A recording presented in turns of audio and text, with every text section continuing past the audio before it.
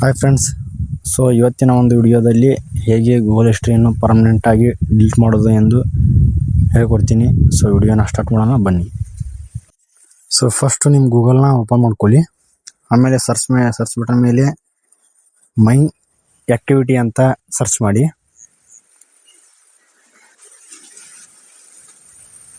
ಆಮೇಲೆ ಕೆಳಗೆ ಮೈ ಆ್ಯಕ್ಟಿವಿಟಿ ಮೇಲೆ ಕ್ಲಿಕ್ ಮಾಡಿ. ಅಪ್ಲೋಡ್ ಆಗುತ್ತೆ, ವೇಟ್ ಮಾಡಿ.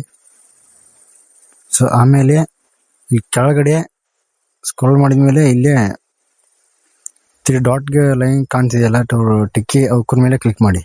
ಆಮೇಲೆ ಡಿಲೀಟ್ ಆ್ಯಕ್ಟಿವ್ ಬೈ ಅಂತ ಇದೆಯಲ್ಲ, ಅದ್ರ ಮೇಲೆ ಕ್ಲಿಕ್ ಮಾಡಿ. ಆಮೇಲೆ ಇಲ್ಲೇ ಇನ್ನು 4 ಆಪ್ಷನ್ ಇದೆ, ಅದರಲ್ಲಿ ಅಲಿಯಾಸ್ ಅಂತ ಕೊಡಿ. ಇಲ್ಲೆಲ್ಲ ಸೆಲೆಕ್ಟ್ ಮಾಡ್ಕೊಂಡು ಆಮೇಲೆ ಡಿಲೀಟ್ ಕೊಡಿ. ಆಮೇಲೆ ಡಿಲೀಟ್ ಕೊಟ್ರಿ ಅಂದರೆ ನಿಮ್ಮ ಗೂಗಲ್ ಹಿಸ್ಟ್ರಿ ಎಲ್ಲ ಡಿಲೀಟ್ ಆಗಿರುತ್ತೆ. ಸೊ ಆಮೇಲೆ ಇದಾದ್ಮೇಲೆ ನಿಮ್ಮ ಕ್ರೋಮ್ನ ಓಪನ್ ಮಾಡ್ಕೋಬೇಕು.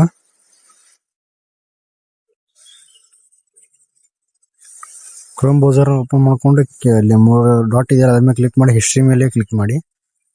ಆಮೇಲೆ ಡಿಲೀಟ್ ಬ್ರೌಸರ್ ಡಾಟಾ ಅಂತಿದೆಯಲ್ಲ, ಅದ್ರ ಮೇಲೆ ಹೊಡೆದು ಎಲ್ಲ ಡಾಟಾನ ಕ್ಲಿಯರ್ ಮಾಡ್ಕೊಂಡ್ರೆ ಮುಗೀತು. ನಿಮ್ಮ ಹಿಸ್ಟ್ರಿ ಎಲ್ಲ ಪರ್ಮನೆಂಟಾಗಿ ಡಿಲೀಟ್ ಆಗುತ್ತೆ.